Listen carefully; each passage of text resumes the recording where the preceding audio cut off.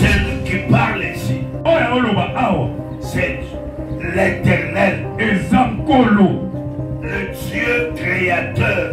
Le créateur est créé. Il a déjà rencontré plusieurs dieux. Il doit différencier. Or l'Éternel fait dire, celui qui n'a ni commencement. Il s'appelle l'Éternel. L'Éternel fait dire, celui qui ne s'épuise jamais. Que le ciel et la terre passeront. Toutes choses passeront. Lui ne passera. Comme je crois, l'Éternel Dieu les suffit. Crois sur ton projet.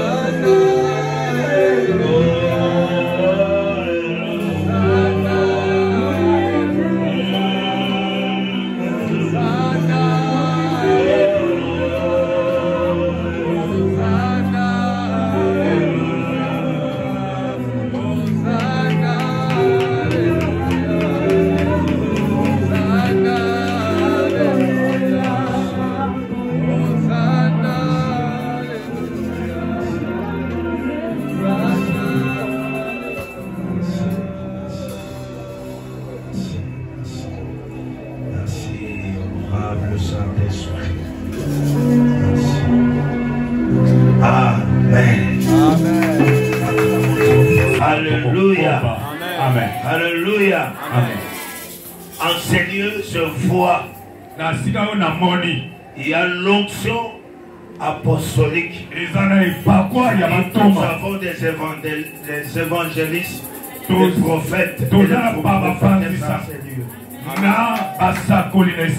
N'hésitez pas. N'hésitez pas, ne doutez même pas. Parce que ça va se passer en ce lieu. Ça va se passer dans cette grande communauté. J'aime cette grande communauté. J'aime cette grande communauté. J'aime cette grande communauté. Alléluia. Amen. Moi, j'étais fait Dieu pour Pharaon. Exode chapitre 7. Exode 7. Exode chapitre 7, verset 1. Exode chapitre 7. Verset 1, nous lisons au nom de Jésus-Christ. Amen. L'Éternel dit à Moïse, vois, en d'autres termes, regarde. Regarde. Alléluia. Amen. Regarde. Parce qu'il y a quelqu'un qui peut regarder et ne rien voir.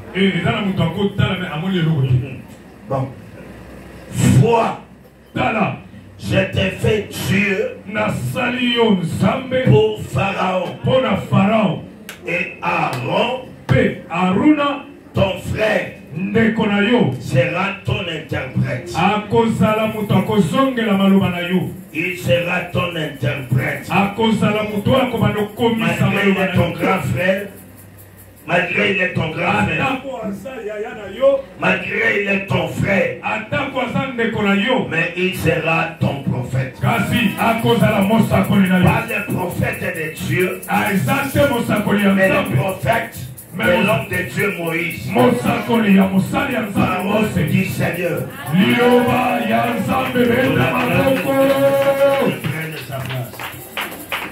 Amen. Amen. Lorsque la servante de Dieu m'a appelé et elle m'a donné le programme, j'étais un peu troublé. Parce que je me rappelle, c'est ma toute première fois de lire ces versets ici. Elle m'a instruit. Amen. Amen. Maman, vous m'avez instruit. C'est ma toute première fois. Je dis vrai. Je ne peux pas mentir devant la chair. Alléluia. Amen. Alléluia. Amen. Et je me demandais qu'est-ce que je vais parler. Seigneur, je ne comprends rien. Mais c'est à 0 heure. Le Saint-Esprit m'a fait comprendre. Et il m'a dit que tu vas prêcher comme un apôtre. Je ne suis pas pressé. Je vais prêcher lentement et sûrement. Celui qui parle ici, c'est l'Éternel, le Dieu créateur. Le créateur est créé. D'ailleurs, lui-même se présente devant Moïse. Il se présente. Par là, j'ai compris. Moïse avait connu beaucoup autant de Dieu.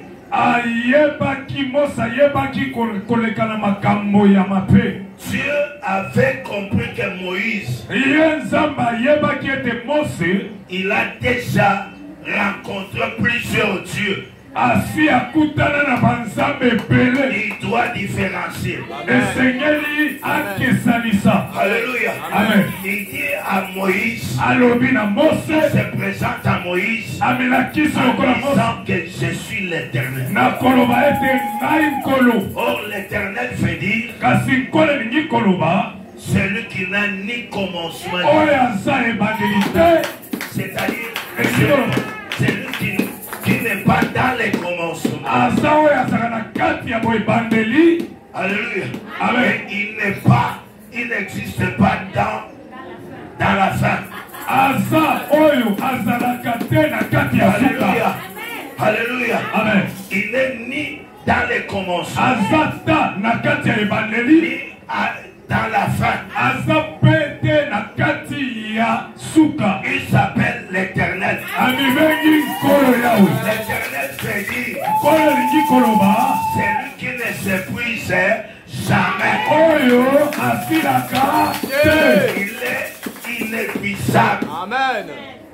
Il est inépuisable. En temps au toki. C'est pourquoi j'ai dit à quelqu'un ce matin, samedi, Basilisa Nisiba, Oezali éternel. Amen. Ne t'inquiète pas. Le Dieu que tu adores, le Dieu que tu viens chercher en ces lieux, éternel. Celui qui ne s'épuise jamais, et qui ne s'épuisera jamais. Il dit que le ciel et la terre passeront. Toutes choses passeront. Et lui ne passera. Éternel. Ton problème passera. Ta souffrance passera. Mais lui reste dans ta vie éternelle. Est-ce que je parle à quelqu'un? Il dit à Moïse, moi l'Éternel, moi l'Éternel, regarde, je sais que tu as déjà regardé plusieurs dieux. Tu as rencontré, croisé plusieurs dieux. Mais je me présente devant toi. Moi je suis éternel. En d'autres termes, je ne suis pas comme d'autres dieux que tu avais regardé. Amen.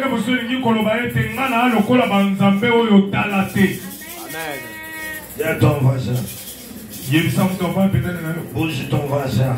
Le Dieu de ma mère Sylvie. Il est différent de tous les dieux que tu as déjà connus.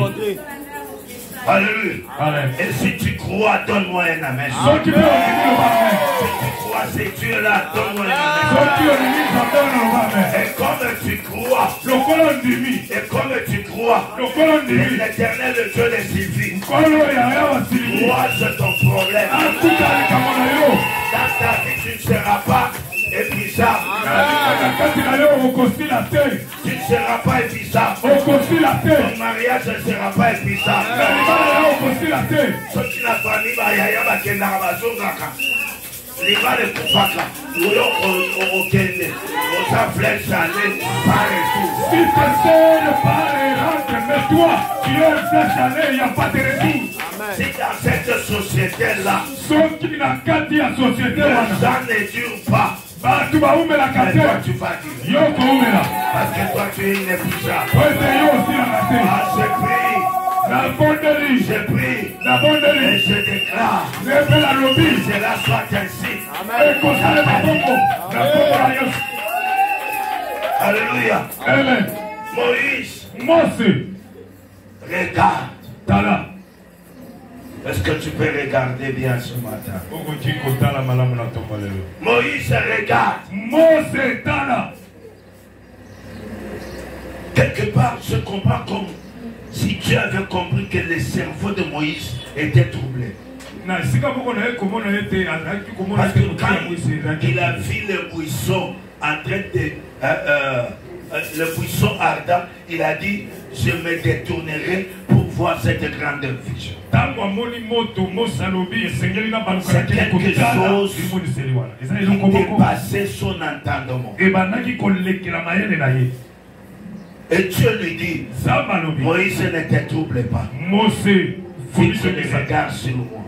Regarde-moi. Regarde-moi.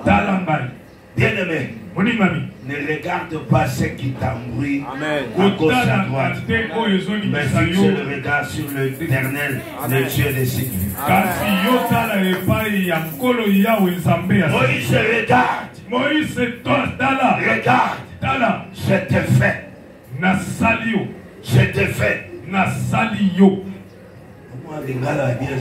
Non sale. Merci.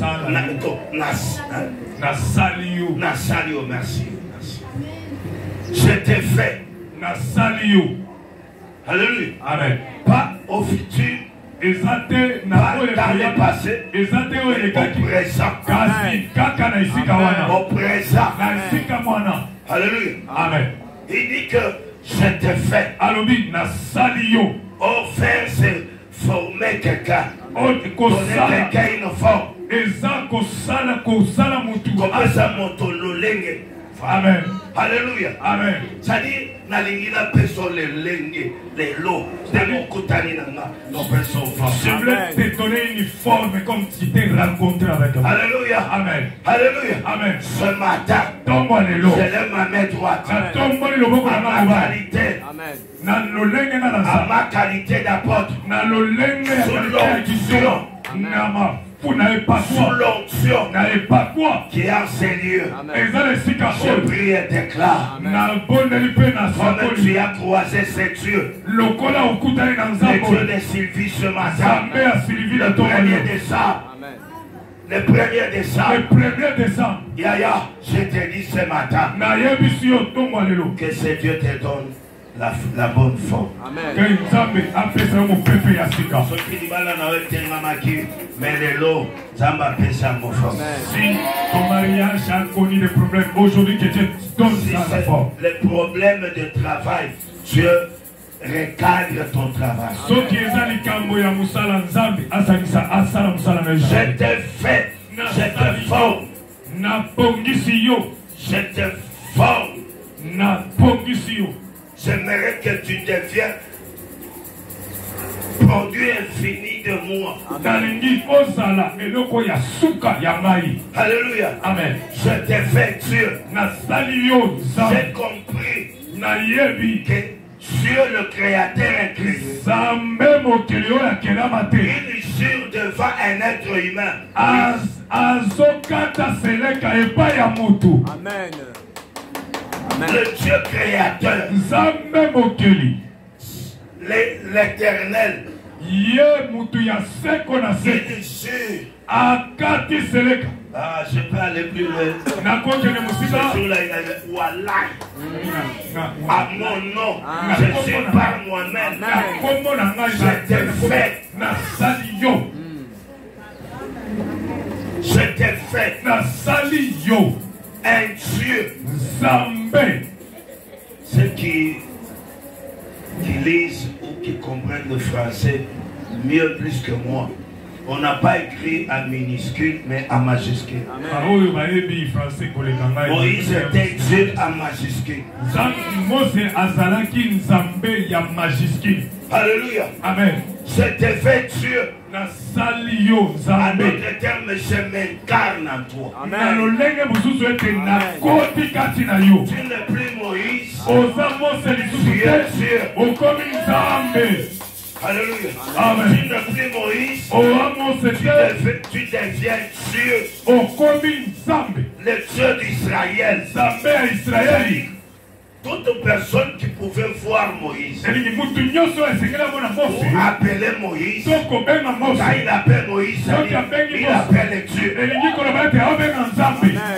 Le Dieu Elohim, le Dieu Adonai, Jéhovah Tsidkenu, il s'incarne à Moïse. Et Moïse s'incarne en Dieu.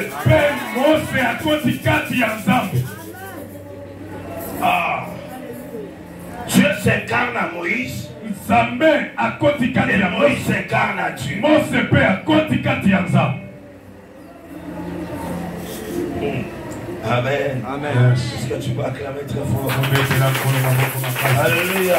Amen. Oh, la contale. Je me suis posé la question. Comment ces grands dieux devant un être humain peut gérer de la sorte? Comme il supplie Moïse. J'ai vu la souffrance de mon père. Et c'est l'heure. J'aimerais délivrer mon peuple. Mais toi, c'est-à-dire, moi je suis incapable d'aller en Égypte, mais c'est toi. Écoutez, je me suis posé la question, pourquoi ces grands dieux peut-il gérer devant un être humain? Alléluia. Amen. Et qui était Moïse? Qui était Moïse? Moïse, la Bible me dit très bien dans Actes des Apôtres, chapitre 7, verset 20 à 21. Amen. La Bible me dit que Moïse a été instruit dans la sagesse égyptienne, dans le palais royal. Moïse était préparé pour succéder le trône de Pharaon. Moïse était bien préparé pour qu'un jour qu'il soit Pharaon en Égypte. On comptait Moïse comme le fils de la fille de Pharaon. Oh, Pharaon était tout un dieu en Égypte. Pharaon azalaki nzambe na kati ya Égypte. En Égypte, on préparait Moïse pour qu'il soit Dieu. Pharaon veut dire Dieu. Alléluia. Amen. Il faut l'arrêter. Non, je vais répondre s'il te plaît. Alléluia. C'est pourquoi Dieu ne veut pas l'envoyer comme ça. Dieu savait que Pharaon c'est tout un Dieu. Et en Égypte, il y a plusieurs dieux. Il faut que Moïse, je m'incarne dans Moïse. C'est pourquoi il lui a dit, je t'ai fait Dieu. Et ce qui m'étonne, il n'a pas dit, je t'ai fait Dieu pour Israël, pour l'Égypte, mais il dit, je t'ai fait Dieu pour Pharaon. Pour préciser bien. Pharaon. Alléluia. Amen. Dans ce mois de décembre, que Dieu précise très bien ta solution. Dieu a précisé Moïse. C'était fait Dieu parce que Pharaon c'est un Dieu. Il n'est pas facile à convaincre. Je t'ai fait Dieu parce que c'est toi qui vas convaincre. Et tu vas convaincre Pharaon. Alléluia. Amen. Amen, amen. Amen. Moïse dira à Dieu, je ne sais pas parler. C'est alors Dieu lui dira que j'ai désigné ton grand frère. Aaron sera ton prophète. Pas mon prophète, mais ton prophète. Alléluia. Amen. Amen. Amen. Ça c'était pour Moïse. Mais maintenant j'aimerais actualiser. Alléluia. Amen. Parce que je suis théologien de la formation. Je dois faire l'exégèse maintenant. Alléluia. Amen. Acclamons très fort pour la gloire. Ce matin, notre Moïse, tu peux me dire qui peut me répondre?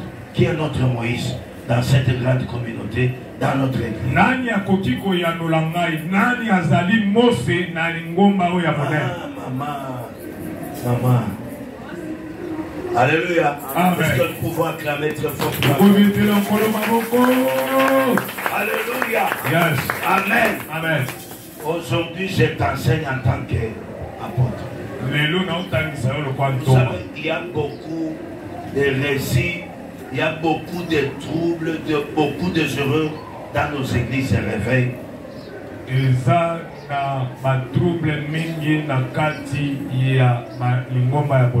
En tant que visionnaire, c'est lui qui est notre Moïse. Dieu l'avait croisé. Vous savez,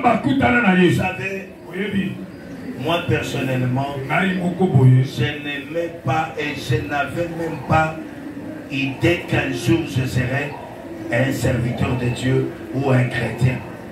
Parce que j'étais intelligent, j'aimais beaucoup les études, j'avais aussi beaucoup des ambitions. Mais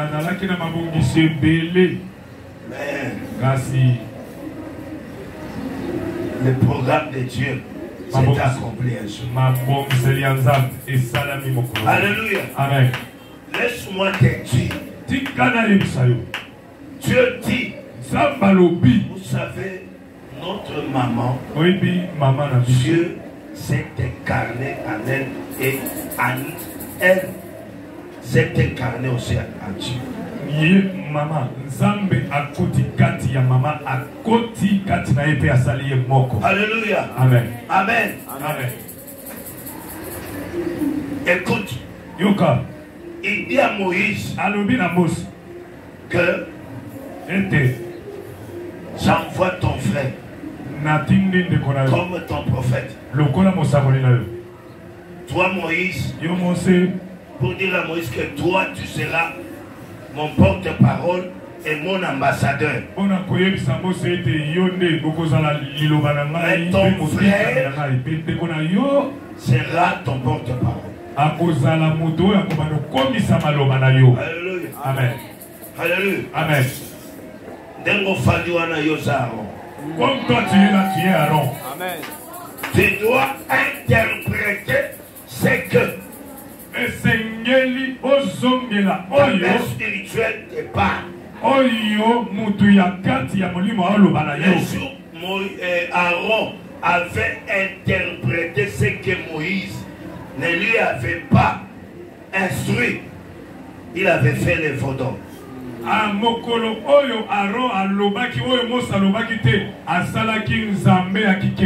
Moïse s'était fâché contre Aaron et le ciel était fâché contre Aaron.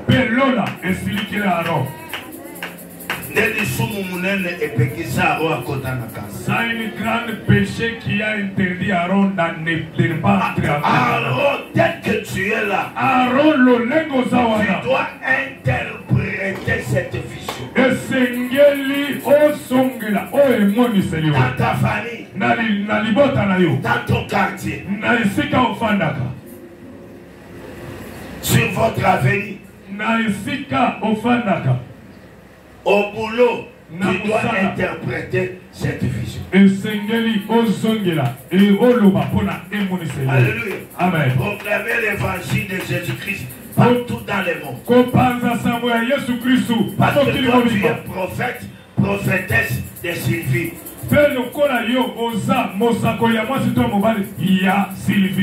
En aucun jour, tu avais appelé Josué que mon serviteur. En aucun jour. Mais Dieu appelait toujours Josué serviteur de mon serviteur. Mon serviteur veut dire en grec que domestique. Serviteur veut dire domestique. Alléluia. Amen. Je peux aller plus loin. Ça dit, elle est domestique, la bonne de Dieu, et toi tu es sa bonne.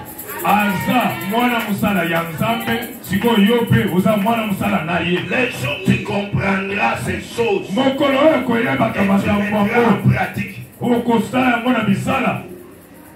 Tu seras élevé. Écoute, Dieu, quand il dit à Josué, le serviteur de mon serviteur, c'est un jour Dieu a géré aussi devant Josué que je ramène la parole que j'avais promis à mon serviteur Moïse dans Deutéronome. Tout lieu que foulera la plante de votre pied, je vous le donne. Zambe aye ko zonge la maloba oyo aloba qui était maloba na lobela mose ete bisika nyoso boko tama tape na bino akopesa bino parler si à Josué. On a nini nzamba loba mona fose toute sa vie il a passé sous le pied de Moïse. Il était fidèle. Josué na pomo ina iye mobimba alekisa yango na makolo ya Mose aaki moyengebele. Moïse a dit à Josué qu'on monte à la montagne. Dieu m'a appelé. Il ne connaît pas qu'on allait faire 40 Josué était marié, Moïse se marié. Josué abala, pe Mose abala. Et arrivé à la montagne, Moïse lui dit, toi tu restes ici. Il reste fidèle. Et Moïse monte au sommet. 40 jours, 40 nuits. 40 jours, 40 nuits. À la descente de Moïse, c'était moi sur moi. Je veux dire à Moïse, pour l'équiciper. Je peux rentrer comme ça, ma femme m'a fui. Mais Josué ne répliquait rien. Il était fidèle. À chaque fois, un jour, à la sortie d'Israël, quand ils ont traversé la mer Rouge, ils ont croisé, à Rephidim, ils ont croisé les ennemis. Moïse dit à Josué, sélectionne des hommes et descend dans le champ de bataille. Moi je monte à la montagne. Moi tu seras dans le champ de bataille. Josué ne s'est jamais battu. Il n'a jamais touché l'épée. Il ne connaît pas coordonner l'armée. Il pouvait refuser. Il pouvait dire à Moïse, depuis mon enfance, je n'ai jamais bondé. Alléluia. Amen. Mais il a obéi. Et il a sélectionné les gens. Il les a encouragés. Ils sont allés dans le champ de bataille. Même si les gens tombaient dans le champ de bataille, Josué avait le courage de continuer. Alléluia. Amen. Alléluia. Amen. Amen. Amen. Amen. Amen. Je désigne ton frère comme ton prophète. Amen. C'est-à-dire ton porte-parole. Ce que tu lui donneras, il n'aura pas le temps d'interpréter ou de parler son choix.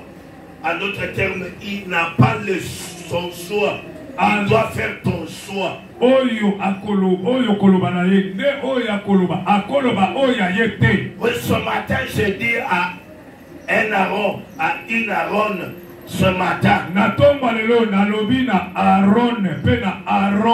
Là où l'onction de la servante de Dieu est traitée avec beaucoup de respect.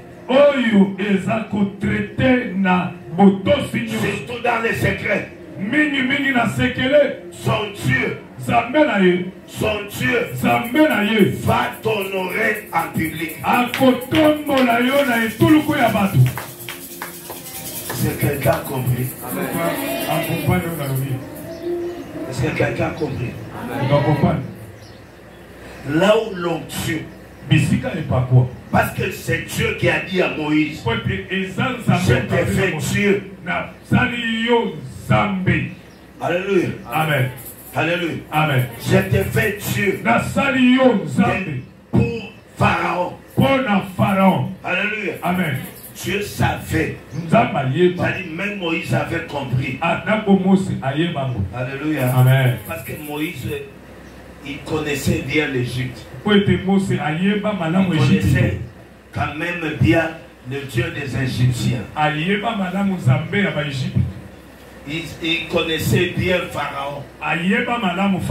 Alléluia. Amen. Quand Dieu lui dit, je te fais Dieu pour Pharaon, Moïse avait compris. C'est-à-dire, c'est-à-dire tout ce que je ferai devant Pharaon, Pharaon tombera. Alléluia. Amen.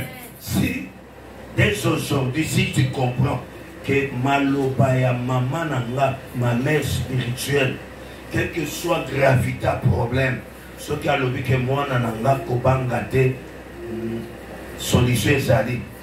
Si tu comprends les paroles de ta maman, qu'elle dise mon enfant n'est pas père et que la solution sera sur ce que tu as fait comme problème, il va te donner la solution. Amen. Amen. Alléluia. Amen. Parce que Nzamba s'incarne pour affronter Makamboa. Dieu s'est incarné pour affronter tes pharaons. Alléluia. Amen. Chômage c'est ça Pharaon. Le chômage c'est Pharaon. La sérénité est ça Pharaon. Kozanga kobota est ça Pharaon. Le célibat c'est un Pharaon. Kozanga kobala est ça Pharaon. Mais Dieu s'est déjà incarné en elle pour affronter ces souffrances, ces problèmes. Crois-moi ce matin. Soit le problème. Tu viens. Ton problème c'est la foi. Crois que la prière de ma mère va déclencher ce problème. Alléluia. Amen. Moi, je n'ai pas peur du diable. Si je n'ai pas peur du diable, même les sorciers, je n'ai pas peur de lui. J'ai dit tout. Même la coalition des occultistes, le monde entier, même de l'Afrique, devant moi, ils sont des fourmis.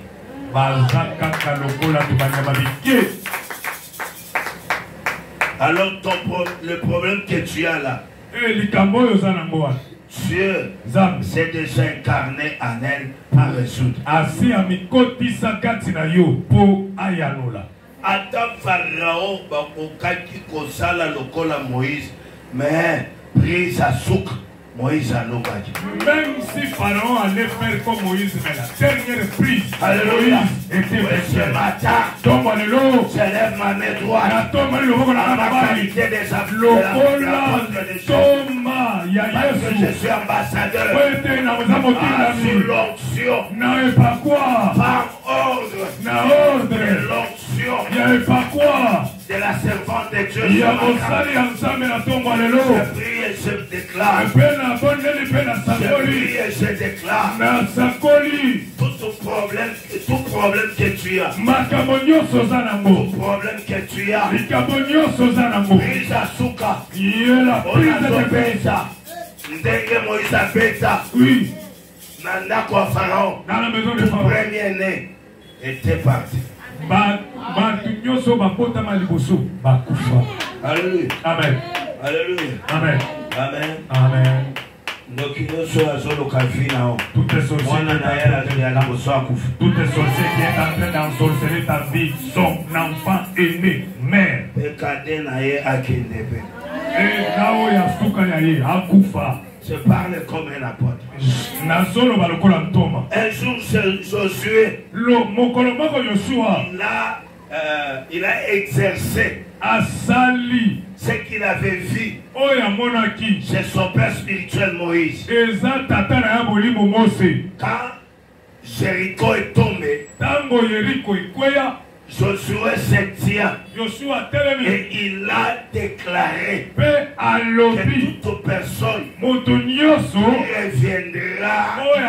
à ces lieux pour rebâtir que son enfant est né mère. Et celui qui viendra pour mettre la porte que son cadet part.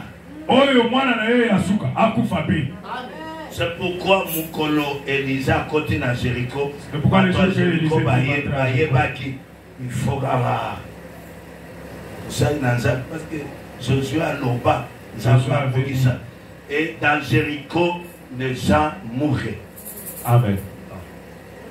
Les lecteurs de la Bible peuvent me donner raison. Amen. Parce que les gens de Jéricho ont vu Élisée. Ils lui ont dit ceci. On ne voit pas la beauté de la vie. Mais il y a la sécheresse. Il y a la mort. Et ce qui m'étonne, Josué, Élisée, au lieu de prier, il est allé à la source. Et il dit, j'assainis cette source. Ainsi parle l'Éternel. Ainsi parle l'Éternel. Il n'y aura plus la mort. Hein? Alléluia. Amen. Ça dit Elisa Longola, Maloba Josué, Atika. C'est-à-dire, Élisée a enlevé les paroles que Josué avait laissées. Ah! Hey. Aaron, tu seras prophète de Moïse. Tu es prophétesse, prophète de la servante de Dieu. Même dans ta famille, il faut comprendre que nous sommes en Asie. Il faut qu'ils comprennent que tu es un enfant de Dieu. Il faut comprendre que moi, à travers ta comportement, ils vont comprendre que tu es un enfant de Dieu. Même à l'école. Elle prêche comme une maman. Il parle comme sa maman. Ah, c'est ça. Est-ce qu'un Aaron peut acclamer très fort? Est-ce Alléluia. Amen. Elle est ta mère spirituelle. Si tu traites avec beaucoup de respect, donc qui est sur elle, et en elle, cette onction-là, cette onction-là va t'honorer en public. À notre terre, si même dans la cachette, tu ne traites pas avec beaucoup de respect, tu n'honores pas cette onction dans le secret, c'est-à-dire en public. Onction est au bimission à poisson. Cette onction-là va te livrer en public. Alléluia. Amen. Elle est Dieu. Moi je l'appelle Dieu. Ce matin. Alléluia. Amen. J'ouvre une parenthèse pour et je vais la fermer plus vite possible. Je travaille sous son onction. Attends plus que c'est son onction. Même si je c'est son onction qui ouvre les choses. Si elle ne m'avait pas appelé, je n'allais pas. Même si je fais de miracles, même si je parle mieux qu'elle, même si les gens sont guéris en cascade, même si je ressuscite les morts en sérieux, je travaille avec son onction. Je travaille sous son onction et sous sa couverture et sa grâce. J'honore cette grâce, maman. Je respecte cette grâce. Zamba Sunganga via Alongolanga qui démoulou, il y a que moi c'est au côté. Moi, Dieu m'a enlevé ce système-là de Balouba qu'une femme ne peut jamais prêcher. S'il y a un Moulouba ici, pardonne-moi, ça m'engage. Ce qui est en moi, mais où aller ça pour être à la kanga pour qu'on démontre la lobby. Alléluia. Amen. Alléluia. Amen. Je travaille sous sa grâce. C'est une grâce terrible. C'est une grâce terrible. C'est une onction terrible. Le problème, crois seulement. On respecte cette onction. Ta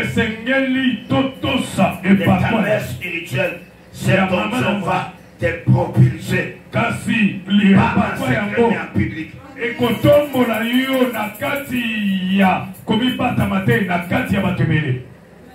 Ce qui a débordé, Amen. Amen. Amen. Alléluia. Amen. Écoute. Yoka. Beaucoup des enfants qui travaillent à côté de l'homme de Dieu ou de la femme de Dieu.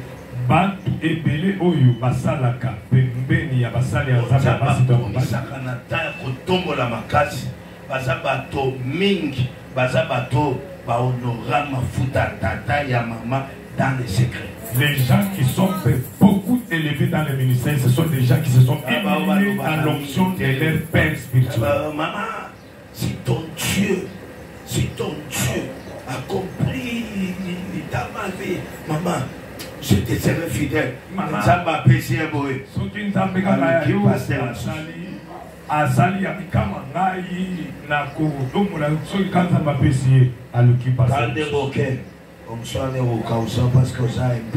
La même chose que tu as fait partie, cette onction-là va sécher parce que tu es impoli. Alléluia. Amen. Amen. Amen. Moi je sais qu'il y a des gens à côté de la femme de Dieu que Dieu a envoyé pour un temps.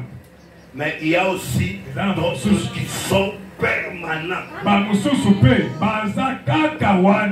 Alléluia. Amen. Et toi qui es permanent. Et toi qui vas passer. Je t'informe. Si tu honores dans les secrets. Quand je parle, les secrets c'est quoi? Dans ton cœur. Dans ton esprit. Dans tes pensées.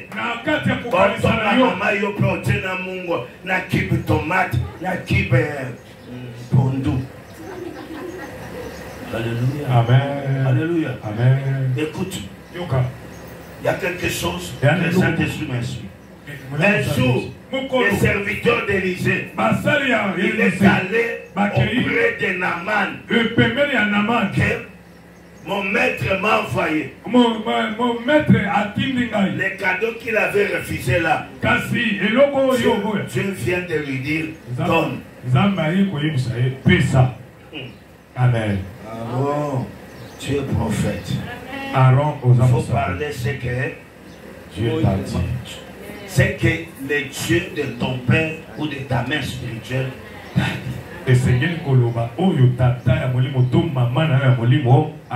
Mais quand il rentre, son maître, son père spirituel lui demande. Il pose la question, tu étais où? Non, c'était dans le paradis. Il dit, ah, Géasi. Lorsque tu courais derrière Naaman, mon esprit était avec toi. C'est pourquoi nous sommes à défaut là,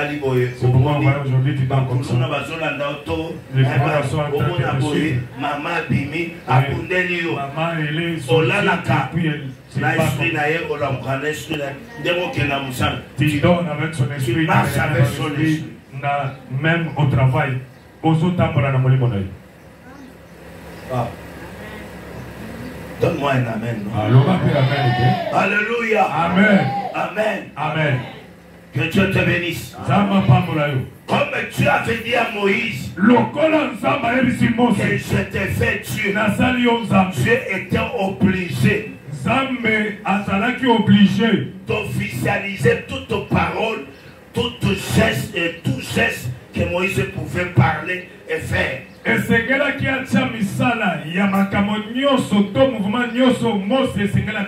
pourquoi dans Ésaïe 46, verset 6, Dieu dit, je confirme la parole de mon serviteur. Pourquoi? Parce qu'il est l'ambassadeur de Dieu. Il est le mandaté de Dieu. Il est porte-parole de Dieu. Ta mère spirituelle, elle est la porte-parole du gouvernement céleste. Je voudrais choquer quelqu'un ce matin. Comment Tamangenge, ce n'est pas mauvais. Monter à la montagne de Mangenge, c'est pas mauvais. Au côté de ma retraite, ma jeune personnel, ce n'est pas mauvais. Entrer dans les retraites. Mais avant d'entrer, il y a quelqu'un qui a la clé de Dieu.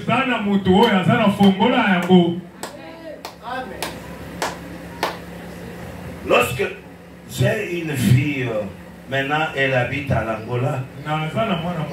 Avant, elle vient de faire 3 jours à sec. Avant d'entrer, elle m'appelait. J'ai prié pour elle. J'ai dit que les ciels s'ouvrent. Que tu vois ça, que mon Dieu t'accompagne. Et c'était, je crois, le jeudi la nuit, elle m'appelle. Papa,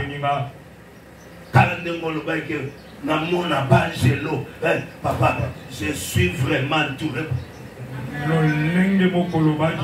Parce que j'avais ouvert les ciels et j'avais fermé les ciels. Amen. Amen. Pourquoi l'église n'avait pas prié pour Jacques? L'église a prié pour Pierre. Amen. Pourquoi l'église n'avait pas prié que Jacques ne meure pas? C'est pas décapiter Jacques. Parce que Pierre, ils avaient entendu un jour que la clé du royaume, la clé du séjour des morts. Oh, Christ avait remis à Christ.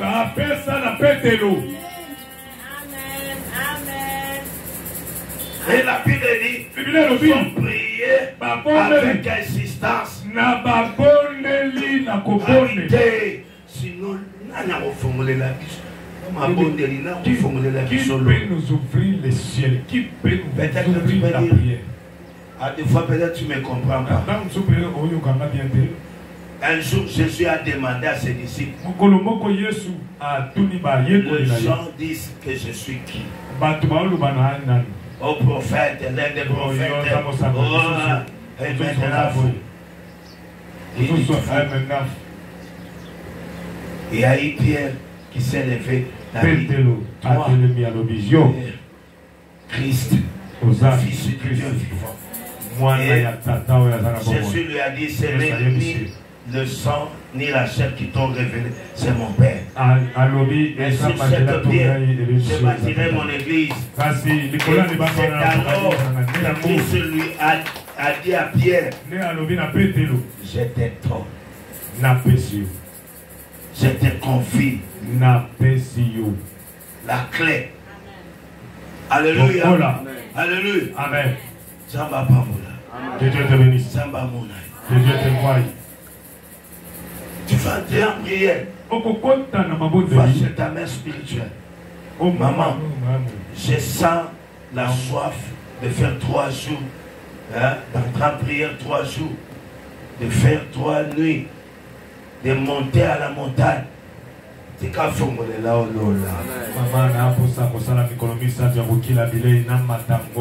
laisse qu'elle ouvre les ciels pour toi. Et quand tu finis, appelle-la. Il y a des secrets. Je n'ai pas le temps. Oh, il y a des secrets. Alléluia. Amen. Amen. Amen. Dieu dit, son nom, et je confirme la parole de mon serviteur. C'est pourquoi je t'ai dit que Dieu était obligé de confirmer toute parole que Moïse pouvait parler.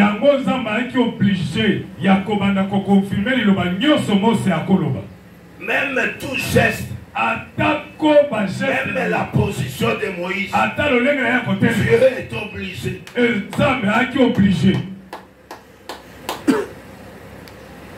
Attends, Moïse a un likukuma. C'est-à-dire, attends, maman a un défaut. C'est ma mère spirituelle. Attention, avec les siens. Dieu honore sa parole. Dieu, en d'autres termes, Dieu officialise. Alléluia. Amen. Amen. Amen. Et pour aller plus loin, Dieu rend authentique, vrai, toute parole de sa séance. Pourquoi comme ça n'a été, même sa fille que non, comme ça n'a pas maté. J'ai dit même à sa fille que ne soyez pas habitué avec ta maman parce que le ciel va te bouder. Alléluia. Amen. Je connais les caprices des jeunes filles. Maman, yo père. Tu ne sais pas quand elle est dans l'onction où elle est. Parce que l'onction pour elle est permanente. Dieu est incarné en elle. Ton père spirituel, ta mère spirituelle, elle est sacrée. Elle est sacrée pour toi. Elle est sacrée. Sacrée pour toi. Pourquoi? Parce qu'elle incarne Dieu. Dans Lévitique 21:8, Dieu dit à Israël, tu regarderas un sacrificateur comme un saint. Lévitique 21. Peut-être tu peux dire qu'il y a peut-être tu peux dire qu'est-ce qu'il parle là. Je suis venu t'enseigner. Cet enseignement, si tu la mets en pratique, tu seras tellement béni. Tu seras tellement béni. Alléluia. Amen. La Bible dit, tu regarderas un sacrificateur comme un saint. Car il offre l'aliment de ton Dieu. Et Dieu oblige, il sera saint pour toi. Elle sera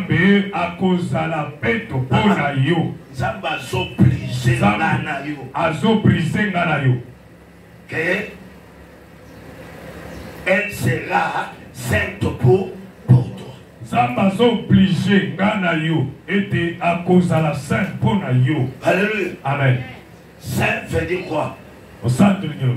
Sans tâche, sans défaut. Et ça aller plus loin, sans péché. Et ça attend elle ne pêche pas. Et sumu karate. À sumu karate. Elle ne pêche pas.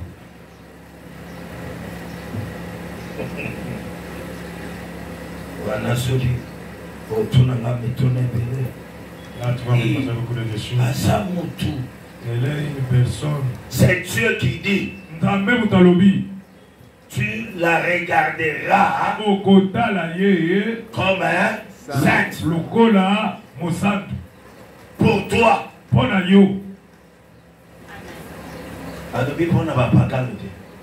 Il ne dit pas pour les païens.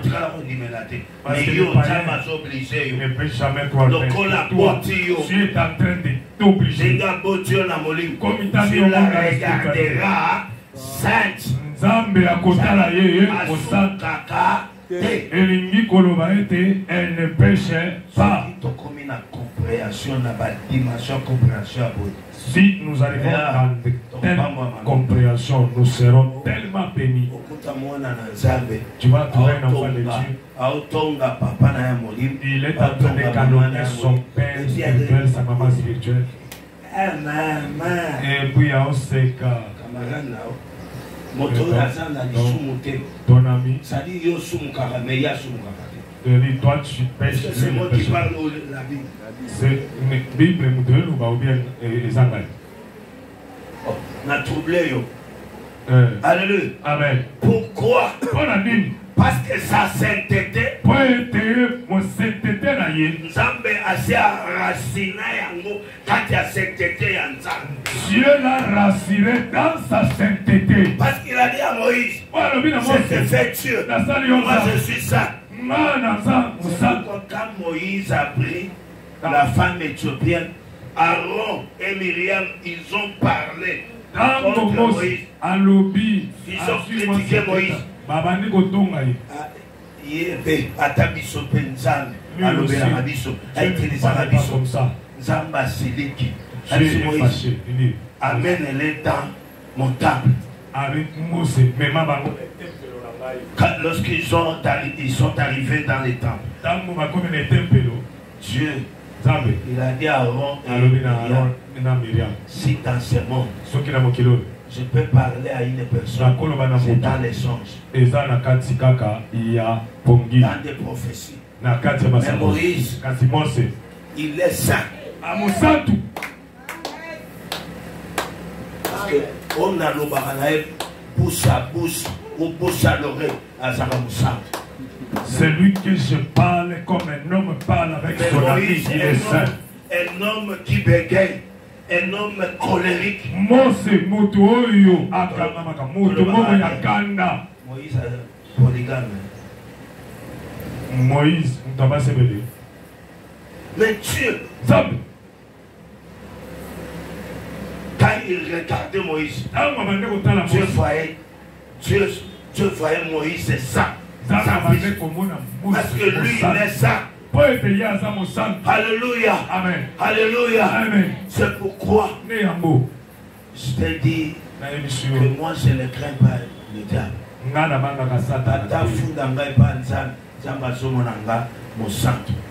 Je suis son serviteur. Oui, et pas Nzambe, je suis son serviteur. Parce que ma sainteté s'incarne dans la sainteté de Dieu. Et la sainteté de Dieu est incarnée à moi. Alléluia. Amen. Alléluia. Amen. Acclamons très fort pour la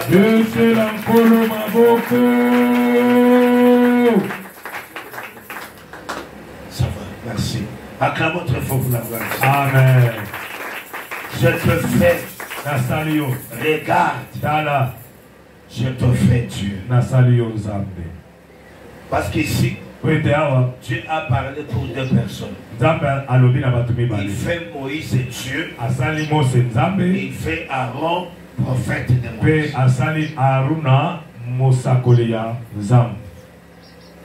Je te dis vrai que si tu honores, tu crois que ma main spirituelle elle est sacrée. Je dois honorer l'onction qui est sur elle. Je dois croire. J'ai beaucoup d'expériences avec ces dieux. Beaucoup d'expériences avec ces dieux. Moi, na église kuna tout enfant qui est mon je peux m'asseoir comme ça. Nzambe alobeli ngate ngai okiposa na ebiseke no pesanga $50 na pambolo moni abimisi nalobi maloba Nzambe alatia et il me donne $50 je prononce des paroles et les paroles maman ezaki makanisi ya mama ezaka makanisi ya mama te Même si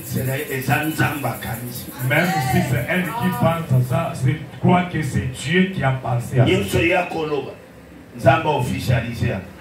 Toi qui vas honorer ça, que Dieu puisse officialiser ça. Alléluia. Amen. Amen. Amen.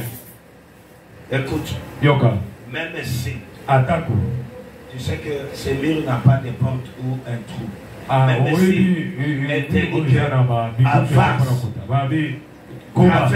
toi, ton problème c'est de croire seul. Dieu va confirmer sa parole. Alléluia. Amen. Amen. Amen. C'est que toi tu ne vois pas. Elle voit.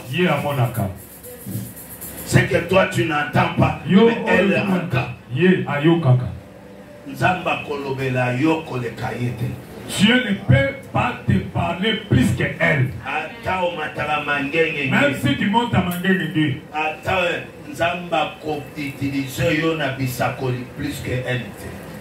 Dieu ne peut pas te parler avec la prophétie plus qu'elle. Non. Je termine pour te dire que l'alliance de Dieu ne se conjugue pas du Fils et du Père. Mais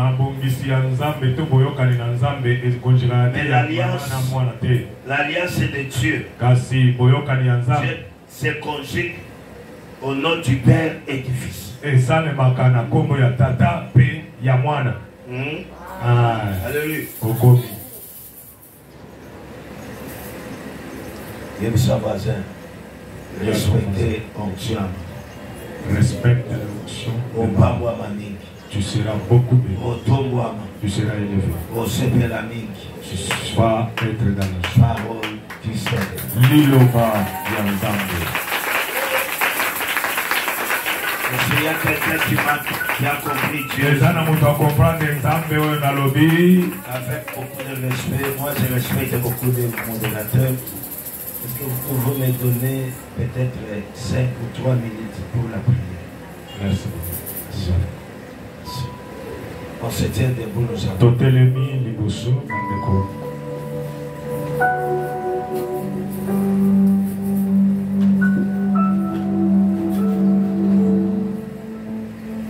Merci Saint-Esprit. Merci Saint-Esprit.